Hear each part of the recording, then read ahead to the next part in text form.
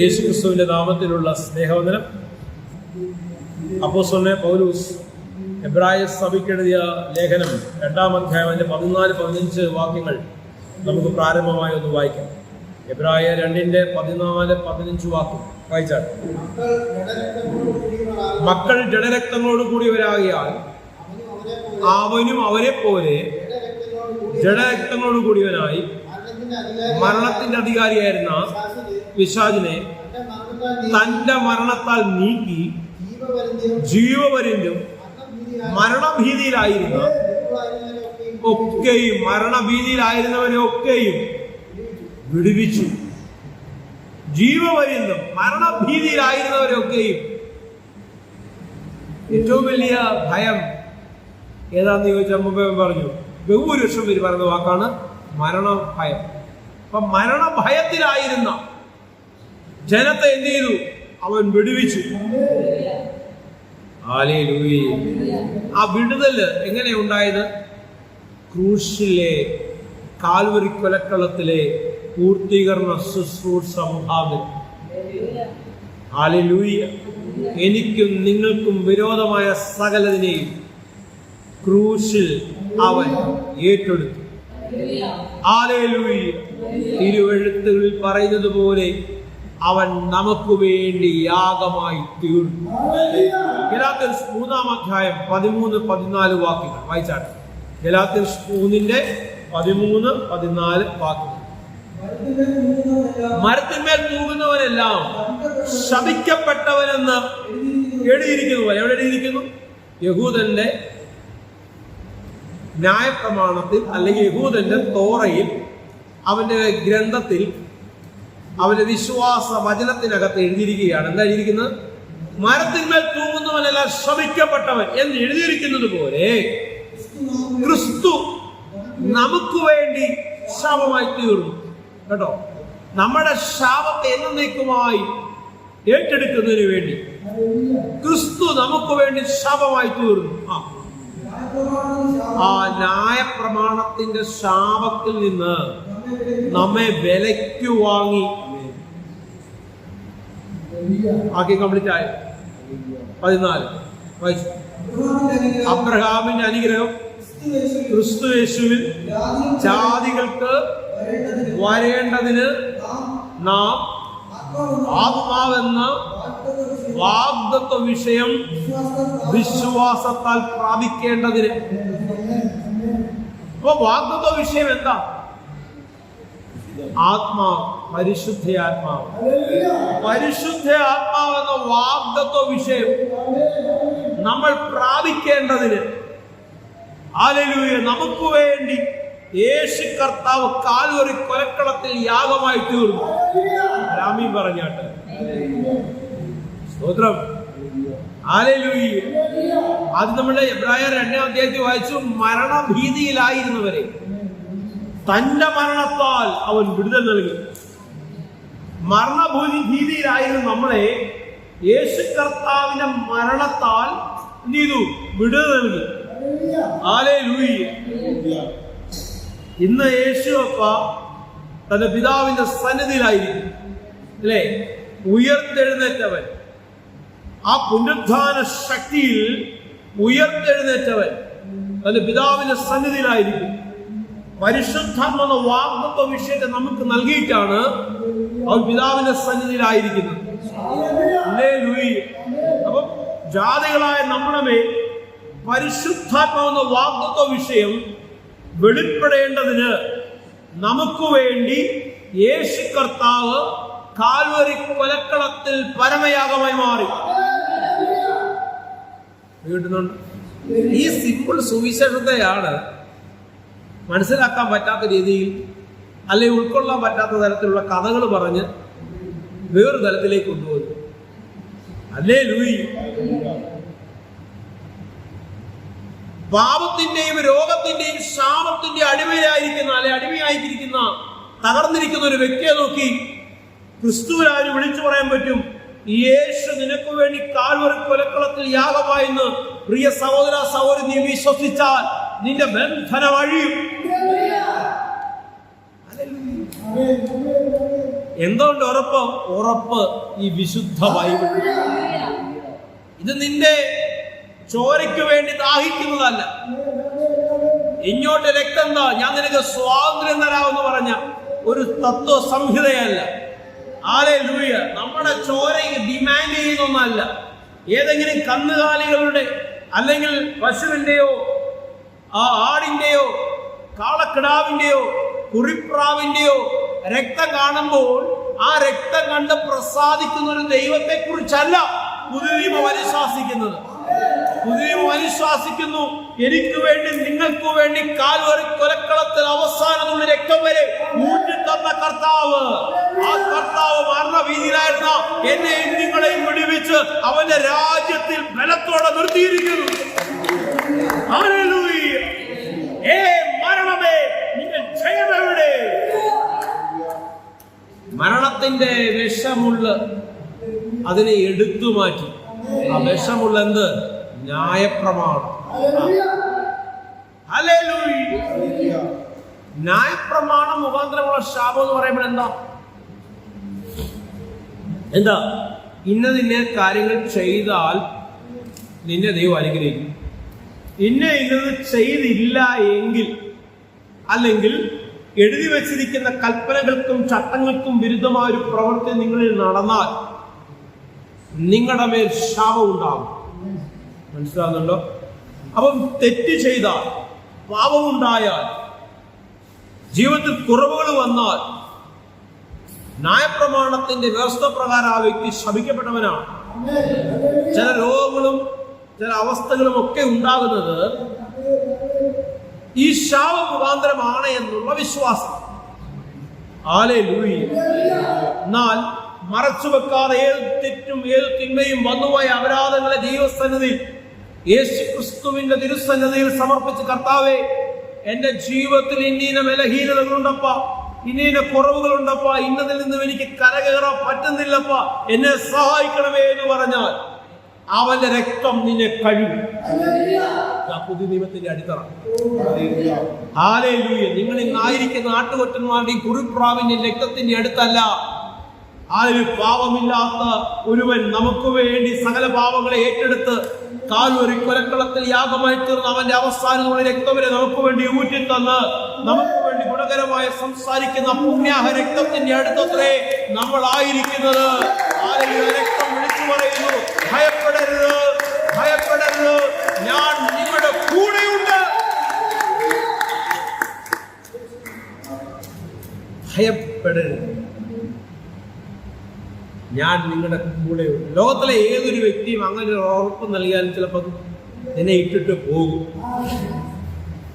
കാരണം അവരുടെ അവസ്ഥ നിങ്ങളുടെ കൂടെ എന്നാൽ ശരിയാവണ്ണം പോകത്തില്ല എന്നൊരു ചിന്താഗതി കയറി വന്നു കഴിഞ്ഞാൽ നിശ്ചയമായും എന്തുണ്ടാകും? നിശ്ചയമായും നിങ്ങളെ വിട്ടിട്ട് പോകാൻ അത് ഇടയായി മാറും. എന്നാൽ സ്തോത്രം, ഏത് ആപത്തിന്റെയും ഏത് അനർത്ഥങ്ങളുടെയും നടുവിൽ നമ്മളെ പുലർത്തുന്ന ഒരു ദൈവമുണ്ടെന്ന തിരിച്ചറിവ് നമ്മുടെ അകത്തുണ്ടെങ്കിൽ എന്റെ ദൈവം നിങ്ങളെ ശക്തീകരിക്കും, എന്റെ ദൈവം നിങ്ങളെ ബലപ്പെടുത്തും. ഹല്ലേലൂയ. റിസറക്ഷൻ പവർ, ആ പുനരുദ്ധാന ശക്തി നിങ്ങളുടെ ജീവിതത്തിൽ അനുഗ്രഹത്തിന് നന്മകൾക്ക് മുഖാന്തരമായി മാറുക തന്നെ ചെയ്യും. വിശ്വസിക്കുന്നവർ കരങ്ങളെ തട്ടി അതിനെ ഏറ്റെടുക്കാണ്ട് ആരാധന. നന്ദി പരിശുദ്ധനെ. 1 യോഹന്നാൻ 4-ാം അധ്യായം 18-ാം വാക്യം. 1 യോഹന്നാൻ 4-ാം അധ്യായം 18-ാം വാക്യം വായിച്ചാണ്. സ്നേഹത്തിന് ഭയമില്ല. സ്നേഹത്തിന് ഭയമില്ല. ഭയത്തിന് ദണ്ഡനമുള്ളതിനാൽ തികഞ്ഞ സ്നേഹം ഭയത്തെ പുറത്താക്കി കളയുന്നു. ഭയപ്പെടുന്നവൻ സ്നേഹത്തിൽ തികഞ്ഞവനല്ല. എന്റെ യേശു കർത്താവിനെ കുറിച്ച് പറയുമ്പോൾ തന്നെ ഹല്ലേലൂയ, ഫസ്റ്റ് ഒരു ലെറ്റർ എഴുതിയാൽ നമുക്ക് ഇങ്ങനെ എഴുതാം, ഒരു സെന്റൻസ് എഴുതാൻ പറയാൻ നമുക്ക് ഇങ്ങനെ എഴുതാം. എന്താണ്? Perfect love. എനിക്ക് ആ പെർഫെക്റ്റ് ലവ് കാണാൻ കഴിഞ്ഞത് ആരിൽ മാത്രമേ ഉള്ളൂ? യേശുവിൽ മാത്രം. അപ്പൊ പെർഫെക്റ്റ് ലവിന്റെ ഉറവിടമാണ് യേശു കർത്താവ്. ആ സ്നേഹത്തിന്റെ ഉറവിടമായവനോട് നമ്മൾ പറ്റിച്ചേർന്നാൽ പിന്നെ ആ ഉറവിടത്തിലേക്ക് വരുന്ന നമുക്ക് ഭയം തോന്നുമോ? ഇല്ല. ഇവിടെ ഇരിക്കുന്ന ഈ നമ്മുടെ ബ്രദറ് ജോലി കഴിഞ്ഞ് വീട്ടിലോട്ട് വരുന്നു. ജോലി കഴിഞ്ഞ് വീട്ടിലോട്ട് വന്നപ്പോൾ കുഞ്ഞു ഓടി വന്ന് തോളത്ത് കയറി കുഞ്ഞിനെ ചേർത്ത് പിടിച്ച് അപ്പനകത്തേക്ക് പോകും. തിരിച്ചാണ് സംഭവമെങ്കിലോ പിന്നാലെ വരുന്നത് നിൽക്കുമ്പോഴേ കുഞ്ഞു ഓടി അകത്ത് കയറി പാത്തിരുന്ന് കട്ടിന് പുറകെ നോക്കുക. അത് സ്നേഹമുണ്ടെങ്കിൽ അങ്ങനെ ചെയ്യുമോ? ഭയപ്പെടുത്തുന്ന എന്തോ ഒരു എലമെന്റ് അവിടെ ഉണ്ട്. പണ്ടൊക്കെ പല ഭവനങ്ങളിലും അപ്പം വരുന്നുണ്ട് കയറി കിടന്ന് ഉറങ്ങിക്കുമല്ലോ, ഇപ്പം ശരിയാകുമെന്ന് പറയുന്ന അങ്ങനെ അമ്മമാര് പറഞ്ഞ് പേടിപ്പിച്ച് വെച്ചിട്ടുള്ള പല സംഭവങ്ങൾ അറിയാം. കാരണം ശരിയാ, അപ്പം വരുന്നത് ഏതവസ്ഥയിലാന്ന് പറയാൻ പറ്റുകയില്ല അല്ലേ? അപ്പം വരുന്നുണ്ട്, അതിന് മുമ്പ് കയറി കിടന്നു. സ്തോത്രം. എന്ത് ശബ്ദം കേട്ടാലും, അമ്മ കേൾക്കുന്ന ഉപദ്രവങ്ങൾ കേട്ടാലും നിശബ്ദരായി നിൽക്കുന്ന മക്കൾ, അവിടെ സ്നേഹത്തിന്റെ സാന്നിധ്യം ഉണ്ടാകും. തികഞ്ഞ സ്നേഹം ഭയത്തെ പുറത്താക്കും. അപ്പം വന്നപ്പോൾ ചാടി കയറി അപ്പന്റെ തോളത്ത് കയറി അപ്പനെ വട്ടം പിടിക്കുന്നു. ഹല്ലേലൂയ. എന്താ ഇതിന്റെ കാരണം? സ്നേഹം. എനിക്കൊരപ്പനുണ്ട്, ഒരു നല്ല അപ്പൻ. ആ അപ്പന്റെ പേരാ യേശു കർത്താവ്. അബ്ബാ പിതാവേ എന്ന് വിളിപ്പാനുള്ള സ്വപുത്രത്തിന്റെ ആത്മാവിനെ അവൻ എനിക്ക് പകർന്നിരിക്കുന്നു, എന്നെ ജീവത്തിൽ കൽപ്പിച്ചിരിക്കുന്നു. ഇനി എനിക്ക് ഭയപ്പെടാനൊന്നുമില്ല. ഹല്ലേലൂയ. സ്തോത്രം. ഫിലിപ്പിയൻസ് 4-ാം അധ്യായം അതിന്റെ 6-7 വാക്യങ്ങൾ വായിക്കും. ഫിലിപ്പിയൻസ് 4:6-7 വാക്യം. ഒന്നിനെ കുറിച്ചും വിചാരപ്പെടരുത്, എല്ലാത്തിലും പ്രാർത്ഥനയാലും അപേക്ഷയാലും നിങ്ങളുടെ ആവശ്യങ്ങൾ സ്തോത്രത്തോടുകൂടെ ദൈവത്തോട് അറിയിക്കുക, അത്രയേ വേണ്ടിയത്. എന്താ ചെയ്യണ്ടേ? ഒന്നിനെ കുറിച്ചും വിചാരപ്പെടരുത്. ഈ വിചാരം എവിടുന്ന ഉണ്ടാകുന്നത്? ഭയം, ആകുലത. ഇതൊക്കെ ദൈവസ്നേഹത്തിലാണെങ്കിൽ ഉണ്ടാകില്ല. ആരാണ് ദൈവം? ദൈവസ്നേഹത്തിന്റെ പ്രവൃത്തി എന്താണ്? സ്നേഹത്തിന്റെ ഉറവിടമായ തമ്പുരാനോട് എനിക്ക് എന്റെ വിഷയങ്ങൾ തുറന്നു പറഞ്ഞാൽ മറുപടി ഉണ്ടാകുന്ന ഒരു വിശ്വാസമുണ്ടെങ്കിൽ പിന്നെ പേടിക്കേണ്ട കാര്യമുണ്ടോ? ഉണ്ടോ? സർവസമ്പന്നനായ എന്റെ കർത്താവ് എന്റെ അപ്പനായിരിക്കുമ്പോൾ എന്റെ ബുദ്ധിമുട്ടുകൾക്കും പ്രയാസങ്ങൾക്കും മറുപടി ഉണ്ടാകും. എന്റെ സ്ഥിതി മാറ്റുവാൻ അവൻ ശക്തിയുള്ളവനാണ്. പിന്നെ സകല ഉത്കണ്ഠങ്ങളും മാറുകയും. ഹല്ലേലൂയ. ചേർന്ന് കർത്താവിനെ ശക്തിച്ചാൽ ഒന്നിനെ കുറിച്ച് നിങ്ങൾ വിചാരപ്പെടരുത്. വായിച്ചു. പ്രാർത്ഥനയാലും അപേക്ഷയാലും നിങ്ങളുടെ ആവശ്യങ്ങൾ സ്തോത്രത്തോടുകൂടെ ദൈവത്തോട് അറിയിക്കുക, അത്ര വേണ്ടി. സ്തോത്രത്തോട് അറിയിക്കുക എന്ന് പറഞ്ഞാൽ എന്താ? നടന്നതിനാൽ സ്തോത്ര കർത്താവ്. നന്ദി അപ്പ, താങ്ക്സ് ഗിവിംഗ്. ഞാൻ എന്റെ അപ്പയുടെ സന്നിധി വിഷയം പറഞ്ഞപ്പോഴേ നല്ലവനായ അപ്പ എനിക്ക് അതിനു വേണ്ടി എല്ലാ മറുപടികളും ഒരുക്കി വെച്ചിരിക്കുന്നു. എന്നാൽ സകല ബുദ്ധിയെയും കവിയുന്ന ദൈവസമാധാനം നിങ്ങളുടെ ഹൃദയങ്ങളെയും നിലവുകളെയും ക്രിസ്തുയേശുവിങ്കൽ കാക്കും. കേട്ടോ? 13-ാം വാക്യം, അതേ അധ്യായത്തിന് 13-ാം വാക്യം. അത് 4-ാം വാക്യം നമുക്കൊക്കെ വളരെ പരിചിതമായി. ഇവിടുത്തെ ഈ ലാസ്റ്റ് മിനിസ്റ്റർ ബ്രൈറ്റ് ചർച്ചിലെ കുഞ്ഞുങ്ങൾ ഉൾപ്പെടെ എല്ലാവർക്കും കാണാപ്പാട് അറിയാവുന്ന ഒരു വാക്യമാണ്, അല്ലേ? ഫിലിപ്പിയർ 4:13. എന്താ വാക്യം? എന്നെ ശക്തനാക്കുന്നവൻ മുഖാന്തരം ഞാൻ സകലത്തിലും മതിയാകുന്നു. കേട്ടോ? പിടികിട്ടുന്നുണ്ടോ? എന്നെ ശക്തനാക്കുന്നവൻ മുഖാന്തരം ഞാൻ സകലത്തിലും എന്ന് പറഞ്ഞ എനിക്ക് സകലത്തിലും സാധ്യമാണ്. നമ്മൾ പാട്ട് പാടാറുണ്ടല്ലോ, സാധ്യമേ എല്ലാം സാധ്യമേ എൻ യേശുവൻ കൂടെയുള്ളതാ. അതെങ്ങനെ സാധ്യമാകുന്നത്? നിന്നെ എനിക്ക് വേണ്ടി സംസാരിക്കാൻ ആരെങ്കിലും ഉണ്ടോ? മുഴുവൻ നിനക്ക് വിരോധമായി നിൽക്കുകയല്ലേ. എന്തെല്ലാം തന്ത്രങ്ങളാ നിനക്കെതിരെ ഒരുക്കപ്പെടുന്നത് അറിയാവോ? നീ ആയിരിക്കുന്ന മേഖലകളിൽ നിന്നെ തകർത്തുകളെ എന്തെല്ലാം പദ്ധതികൾ ഒരുങ്ങുന്നുണ്ടോ നീ അറിയുന്നുണ്ടോ? എന്തൊക്കെ ഒരുങ്ങിയാലും എനിക്ക് ആരും എന്റെ കൂടെ ഇല്ലെങ്കിലും ഞാൻ തന്റെ ഇടത്തോടെ വിളിച്ചു പറയും, സാധ്യമേ, എല്ലാം സാധ്യമേ, യേശുവൻ കൂടെയുള്ളതാ. എടുക്കുന്നുണ്ടോ? എന്റെ ഹൃദയത്തിൽ എനിക്ക് ഭാരമുണ്ട്, പ്രയാസങ്ങളുണ്ട്. പക്ഷെ അത് മാറും. അത് മാറുമെന്നുള്ള ഒരു ഉറപ്പ്, അത് മാറ്റാൻ കഴിവുള്ളവൻ എന്റെ കൂടെയുണ്ട്. സാത്താന്യ ശക്തികൾ ബലത്തോടെ എണ്ണിക്കുന്നുണ്ട്. അതിനെ വചനത്തിന്റെ ശക്തിയാ ഞാൻ നേരിടും. മരണത്തെ ജയിച്ച് പാതാള ഗോപുരങ്ങളെ തകർത്തവൻ എന്റെ അപ്പനായിരിക്കും. ഒരുക്കിക്കൊടുന്ന് കർത്താവിനെ സ്തുതിച്ചാട്ടെ. സ്തോത്രം. ക്രിസ്തു വിശ്വാസി അല്ലെ, ക്രിസ്തുവിലായിരിക്കും എന്ന് പറഞ്ഞാൽ അവൻ നിശബ്ദനാന്നല്ല അതിന്റെ അർത്ഥം. അവൻ നിശബ്ദനാണ്. അങ്ങനെ പല മേഖലകളിലുള്ളവർക്കും അങ്ങനെ ധാരണയുണ്ട്. ആ ധാരണ കൊണ്ടാണ് പലയിടത്തും പല സംഭവങ്ങളും ഉണ്ടാകുന്നത്.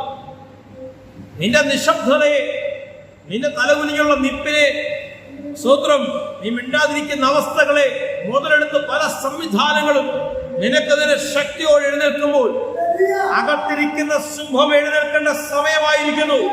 കർത്തൃനാമത്തെ ഞാൻ വിളിച്ചു പറയുകയാണ്.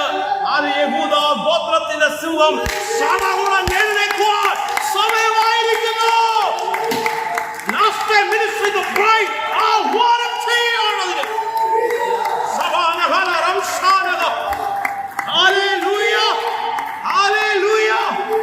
പറഞ്ഞു വിടാനുള്ളതല്ല. ചിലതിനെ വേരോട് അറുത്തുകളയും. പറഞ്ഞു വിടാനുള്ളതല്ലത്. വചനം ക്രിയ ചെയ്യണം. വചനം ക്രിയ ചെയ്യണം. ഹല്ലേലൂയ. എഴുതപ്പെട്ട വചനം ലോഗോസിനെ റിമയാക്കി മാറ്റണം. പ്രായോഗിക മണ്ഡലത്തിൽ വചനം ക്രിയ ചെയ്യണം. അതിന് അവസാന നാളിൽ, ഹല്ലേലൂയ, അന്ത്യനാളിന്റെ മണിമുഴങ്ങിയിരിക്കുന്ന ഈ നിമിഷം കർത്തൃസന്നിധിയിൽ, ഹല്ലേലൂയ, ഹല്ലേലൂയ, വിശുദ്ധ സഭയോട് ഞാൻ ആഹ്വാനം ചെയ്യുകയാണ്. ശടകുടഞ്ഞ് എഴുന്നേൽക്കുവാൻ സമയമായിരിക്കുന്നു. ഭയപ്പെടരുത്, ഭയപ്പെടരുത്, ഭയപ്പെടരുത്. നിന്നകത്തിരിക്കുന്നവൻ ലോകത്തിലുള്ളവനേക്കാൾ വലിയവനാണ്. ഒരു ശക്തിക്കും നിങ്ങളെ തകർക്കാൻ കഴിയത്തില്ല. വാളിനും വടിക്കും സംഘടനാ ശക്തിയും സംഘബലങ്ങൾക്കും നിന്നെ തകർക്കാൻ കഴിയത്തില്ല. തിരിഞ്ഞോടുന്നവനെ അല്ല, മുന്നോട്ടായുന്നവനെ ദൈവത്തിന്റെ കൃപയുടെ വ്യാപാരം വെളിപ്പെടും.